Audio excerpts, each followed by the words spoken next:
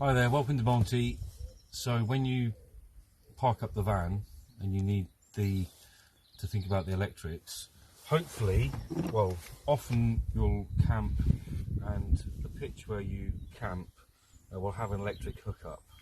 So you'll have this electric cable, one end goes in that socket down there and the other end will go to the power point at your pitch. That's the easiest way of looking after the electricity needs in your van.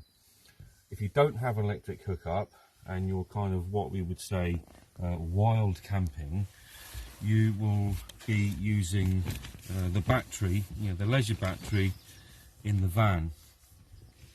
So, just to mention, if you are hooked up, you would switch on the battery charger, which is there, so it's running off the electric hookup.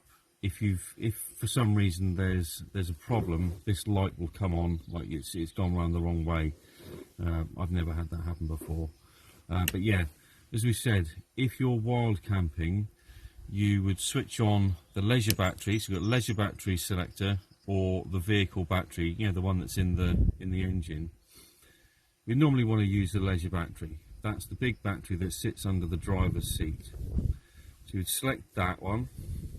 This little button here, this gauge gives you an approximate reading for the health of the battery.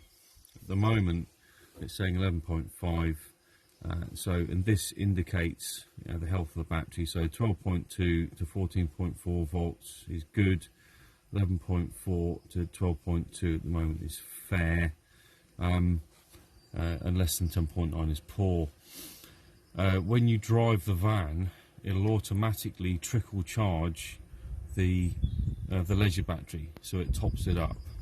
But when you're sitting camping for a long time, it will be running down the battery. So this is where you have to be careful and keep a note of this. And the best way to look after this is to take the van for a drive. You've got the selector thing for the lights and the water pump as well, but if that gets too low, don't just switch it on and idle the engine for any more than about 15 or 20 minutes, because it's bad for the engine.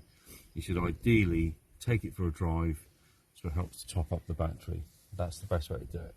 In an emergency, if you need to, you can select the vehicle battery to tide you over, but obviously you have to be careful in case that is running down the actual engine battery. Okay, kettle's on. Thanks a lot.